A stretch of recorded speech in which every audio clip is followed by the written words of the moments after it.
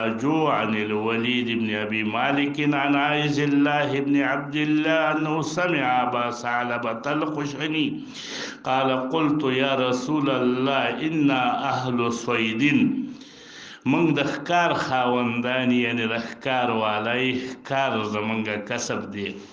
قال إذا أرسلت كلبك وذكرت اسم الله عليه فأمسك عليك فكل. سپی معلم چې دی پاغي باندې ښکار کولو رسول الله صلی الله علیه وسلم ورته شرایط بیان کړه. دغه سپی معلم چې تعلیم ورکړی شوی مطلق سپی نه، معلم سپی. معلم سپی دغه ته وایي چې تی خوشي کې هغه خوشي کېږي، چې ته ورته آواز وکړې هغه بیرته راځي.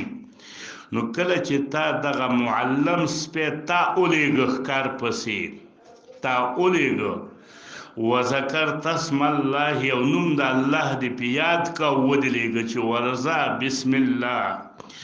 نو هغه هلته ورغې هغه ښکار یې وکړو، غوښه یې ترې ونه خوړله فامسک علیکه، بند یې کړله تا ته غوښه، داسې نه چې ښکار یې وکړه او لګې وخوړې. نو بیا یې تا له ښکار نه دی کړی، بیا یې هغه خپل ځان له کړی دی، بیا ستا دپاره د هغه خوراک جایز نه دی، ځکه دا خو هغه وژلی دی د خپل ځان دپاره، نو مردار شه ستا دپاره نه دی. قلت وی ما ورته ویل وین قتله که دې سپي دا تا راته ویل چې غوښه یې بنده کړي ته خوره، نو که ده دا شی وجلی ام خورمه. رسول الله صلی الله علیه وسلم ویل وین قتله که دې سپي وجلی خو غوښه ترې نه خوري تالی امسک علیکی، نو ستا دپاره د هغې خوراک جایز دی. وی قلت انا اهل رمین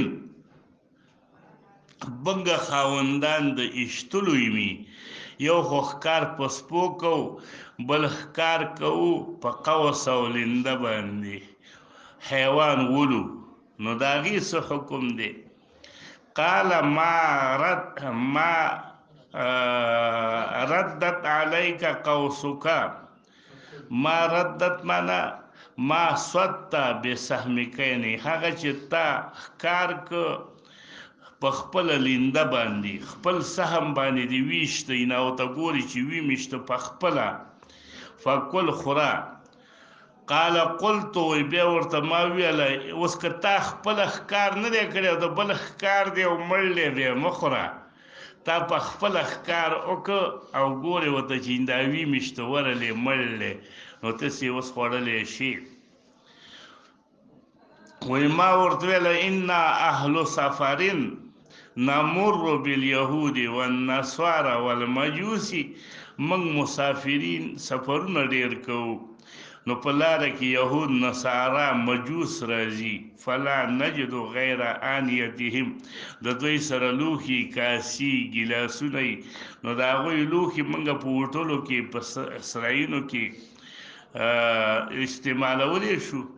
قال فإن لم تجدوا غیرها، که تاسې نور لوښي پاک د دې یهودو او د نصاراو د مجوسو نه علاوه د نورو پاکو خلکو د مسلمانانو لوښي نه بیمیځئ، نو بیا فغسلوها دغه لوښي وینځئ په اوبو باندې، ثم کلوا فیها واشربوا. اوس دلته دا شرط د دې حدیث نه معلوم شو چې فإن لم تجدوا غیرها، تا سره نور لوښي نه وي، د صحیح مسلمانانو پاک لوښي د سره نه وي، بیا دغه مشتبه لوښو کې ته خوراک کولی شي. فقها دا وایي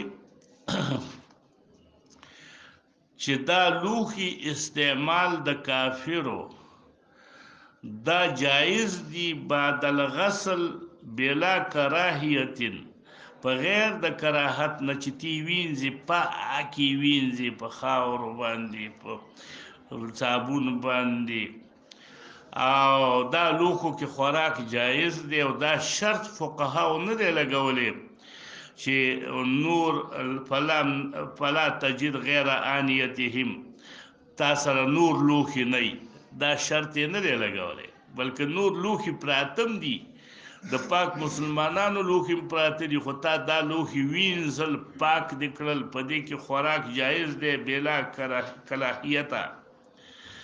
نو او دلته په دې حدیث کې خدا رال چې نه نور لوښي نه بیا ستا دپاره پکې خوراک جایز دی. نو د فقهاو دا قول د دې حدیث سره خو منافي نه دی. نو بعضی علماو دا ویلي چې نه قول د فقهاو منافي نه دی د دې حدیث سره. د فقهاو قول هغه په هغه لوښو کې دی چې ستا په هغې باندې دا یقین نه وي چې دې خلکو دا استعمال کړي دي په شرابو کې دا لوښي استعمال کړي دي په غوښو د خنزیر کې داسې ستا پې یقین نه وي. نو دغه لوښي د انځلو نه وروسته بلا کراهیت استعمالول جایز دي. اگر که تا سره نور لوښي د پاکو مسلمانانو شته دی خپل لوښي د سره شته هم دغه لوښي استعمالولی شي. او چې کله ستا په دې کې دا شکي دا ځوانې غالبي چې دې لوښو کې به دوی خنزیرانو غوښه اچولي په دې لوښو کې به دوی شراب څښلي نو بیا هغه لوښو استعمال ستا دپاره مطلق په انځلو باندې جایز نه دی تر څو پورې چې تا سره نور لوښي موجودي نو د دوی استعمال دله جایز نه دی. البته که ته مجبور یې نو بیا وینځه بیا دله استعمال جایز دی. لکه د دې حدیث نه چې معلومیږي نو مراد د دې نه هغه لوښي دي چې کومو لوښو کې ستا یقیني چې په دې کې دی مرداره خوري په دې کې دی د سپي غوښه خوري په دې کې دی د خنزیر غوښه خوري نو داسې لوښو کې چې نور لوښي موجودي نو دې کې بعد الغسل هم خوراک مکروه دی چې نور لوښي موجودي هغه وخت پکې خوراک بلا کراهیت جایز دی چې نور لوښي نه موجود.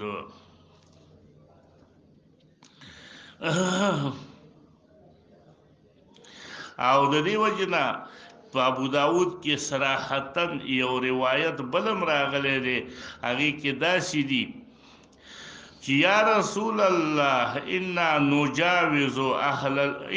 نجاور اهل الكتاب وهم يطبخون في قدورهم منګه گاون کې اوسېږو د اهل کتابو سره او دوی پخوي فی قدورهم په کټیو خپلو کې خنزیر ویشربون فی آنیتهم الخمر رسول الله صلی الله علیه وسلم ورته ان وجدتم غیرها فلا تاکلوا فیها چې نور لوښي تاسې ته پیدا کیږي بیا په دغه لوښو کې خوراک تاسې مه کوئ. قال ابو عیسی هذا حدیث حسن صحیح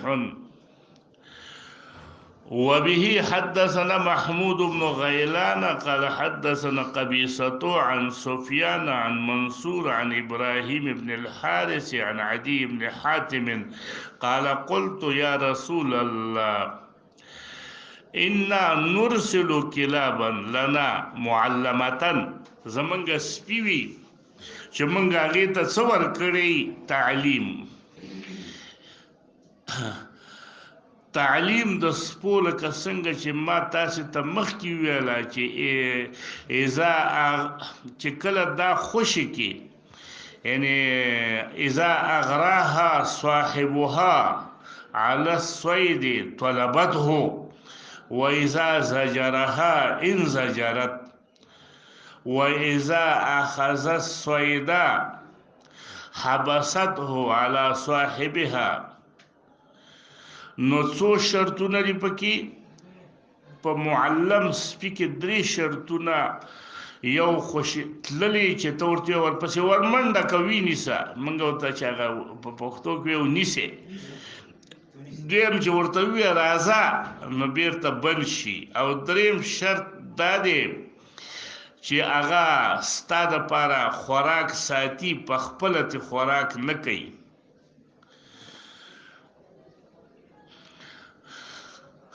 قال كل ما امسكنا عليك چې ستا دپاره کوم شی بند کی نو هغه خوره.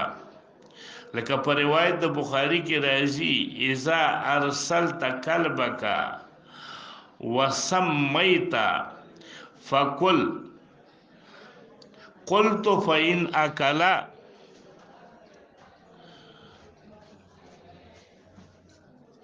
نو د بخاری په روایت کې داسې راځي چې اذا ارسلت کلبک وسمیت فکل قلت فإن أكل قال فلا تأكل فإنه لم يمسك عليك انما امسك على نفسه به خپل ځان لخکار کړی دی. او د ابو داود په روایت کې د عمرو بن شعیب نه داسې راځي چې کل مما امسکنا عليك قال وإن أكل منه قال وإن أكل منه که خوراک انتکړی ته خوراک. نو دغه روایت د ابو داود او د بخاری په منځ کې تعارض راځي. نو علما وایي چې حدیث د بخاری لره ترجیح ده. دغه حدیث د عدی بن حاتم روایت دی، دا متفقون علیه روایت دی. او حدیث د عمرو بن شعیب چې دی هغې کې خو اختلاف دی، څوک وایي ضعیفه دی، څوک وایي صحیح دی. نو بل حدیث د عدی چې دی ظاهر القرآن دی، ظاهر د قرآن کې هم داسې راځي چې فکلوا مما امسکنا علیکم وإن قتلنا ما فإن قال كل مما امسكنا عليه قلت يا رسول الله وإن قتلنا قال وإن قتلنا ما لم یشرکها کلب غیرها بل سپی ورسره نه شریک شوی، تا سپی ولېږه، ستا سپي قتل وکړه، تا یې وساته، غوښه یې نه ده خوړلې چې ورلې خو بل سپی هم شته، خو ستا ته پته نه لګېږي چې دا وجل دې ستا سپي کړي دي که نه دا وجل د دې غیر بل چا سپي کړي دي، ځکه دوه سپي هلته جمع دي. نو بیا یې مه خوره، ځکه چې تا ته پته نه لګېږي چې دا خوراک د کوم سپي دی، دا باد دی. قال قلت یا رسول الله انا نرمي بالمعراض، کله کله دا منګه ولو دا ښکار ولو بالمعراض، معراض پیژنئ په هغه غشي باندې، معراض هغه غشي ته وایي لا ریشه فیه چې په هغې کې هغه وزرې مزرې نه وي، داسې غشي باندې ولو. رسول الله صلی الله علیه وسلم ورته ویله ما خزقه، خزق معنا څه؟ نفذه، پکې ورننوځي دا غشی، په تیرو پکې ننوځي. نو فکل وما اصاب، او دا معراض که ور ورسېده بعرضه په پلنو باندې فلا تأکل بیا یې مه خوره. معنا دا ده که تا دا ښکار وکړه په تیري شي باندې چې د دې تیروالي د وجې نه هغه په دې غشي ښکار کې ورننوته، نو تا له خوراک جایز دی. او که نه هغه په پلنو داسې لګېده تیروالي طرف باندې لنګېده، نو خو بیا موقوزه شوله، نو موقوزه خوراک جایز نه دي. موږ چې ماشومانو نو موږ ته د دې مسایلو پته نه وه، موږ به ځان سره لینده واخیستله، غټ کاڼی به م پکې ورکړه، مرغۍ چې به م ویشتله نو سر به یې د کاڼي سره لاړ، نمۍ به د کاڼي سره لاندې به راولوېدله مرداره، موږ خو به اول هغه وویله چې الله اکبر مې پې ویلی دی، او بیا چې به هغه به دې لاندې را دغه کړله، بیا به دې هغه خوړله، نو خو به موقوزه وه که نه، مرداره به وه، په الله اکبر خو هغه نه حلالېدله. الله اکبر باندې کله حلالېږي چې کله ته په تیره شي باندې ولې چې په دې تریوالې په هغې کې ورننوځي هغه شی او هغه یې مړه کړي څیرې کړي، داسې نه چې موقوزه ترې جوړه کړي.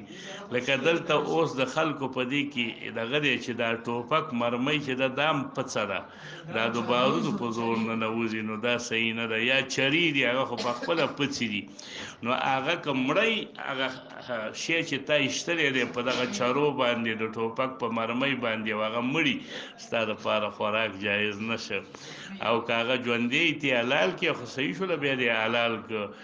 او که په تیره شي باندې دې ویشتله، مثلا په چاړه دې ویشتله، غشی داسې تیره و په هغې دې ویشته او هغه پکې ورننوته او هغه مړه م شوله، تا حلاله نه کړه، نو هغه ستا دپاره جایزه ده.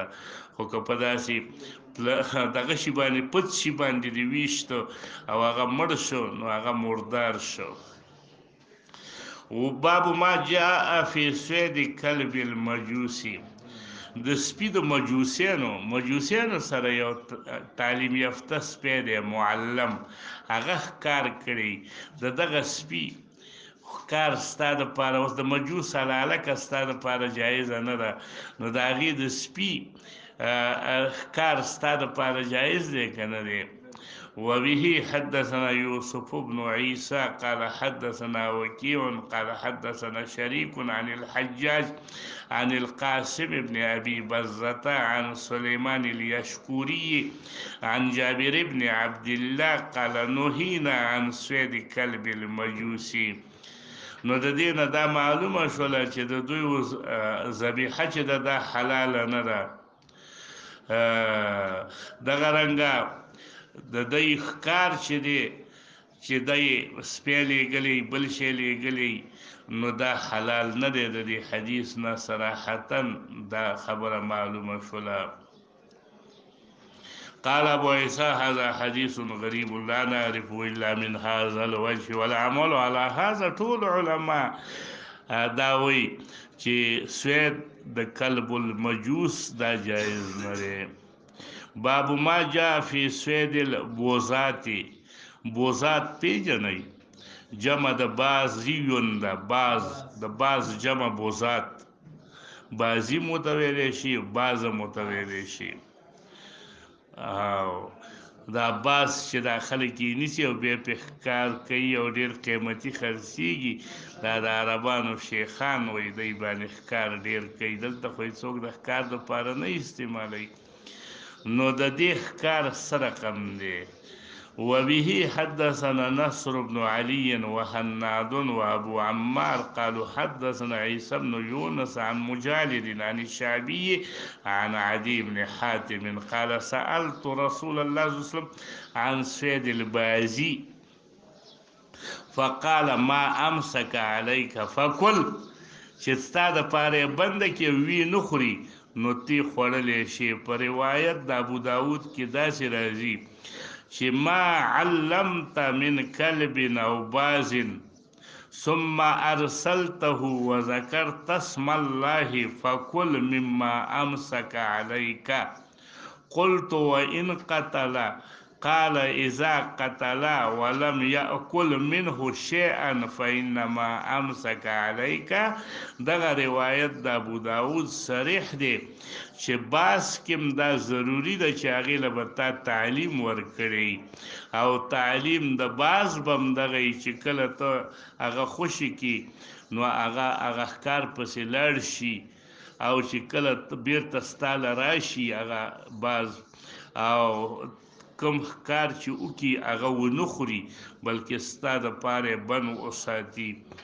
په دې کې لږ اختلاف شته دی د باز په ښکار کې چې امساک وکړي که امساک یې ونه کړو هم ستا دپاره جایز دی که نه دی.